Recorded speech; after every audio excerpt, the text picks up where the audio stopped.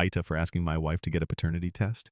Yeah, so this is relevant. 2 years ago, Katie, 32F and I, 36M, had our first child, Dane, 2M. Dane is the best son any father could wish for, and I couldn't be prouder. But here's where things get a little muddy.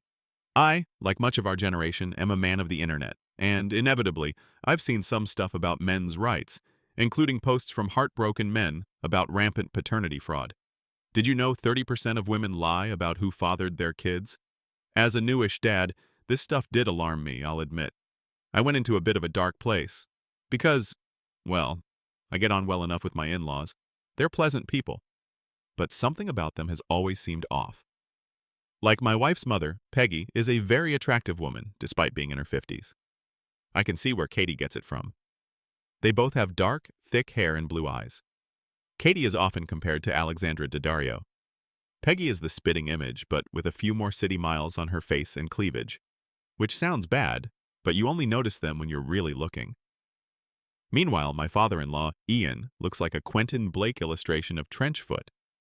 But he's generally a good guy, and I respect him. Before people start saying, it's not always about looks, I thought of that. So I asked Katie about her dad's salary. Katie seemed surprised and said her dad had wanted to be a SAHD because Peggy was making so much money in corporate law. I kept my thoughts to myself. But on our most recent visit, I casually suggested that it'd be fun to whack out the family photo album. My God, it was carnage. Even with post-baby podge, Peggy's glamour gleamed through the sepia tint. Meanwhile, my boy Ian was more akin to an alopecia mastiff in gardening jorts. I asked Peggy if her job in corporate law ever required business trips. She said, sometimes. Then Ian invited me to see the old coin collection, and I spent 15 minutes in his and Peggy's bedroom hunched over his plastic folders and listening to him make jokes like, I think you kids will find this proper mint. I quickly realized that, as much as I respect my FIL, the penniless cuck has never fucked in his life. This, combined with all my other evidence, put me in an impossible position. On the car ride home, I floated to Katie that she should order a paternity test.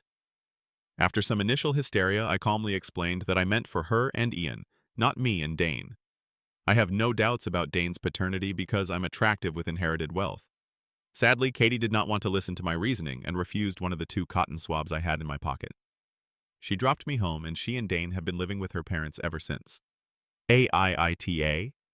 I was just looking out for a bro. And why would Katie refuse a test unless she has something to hide?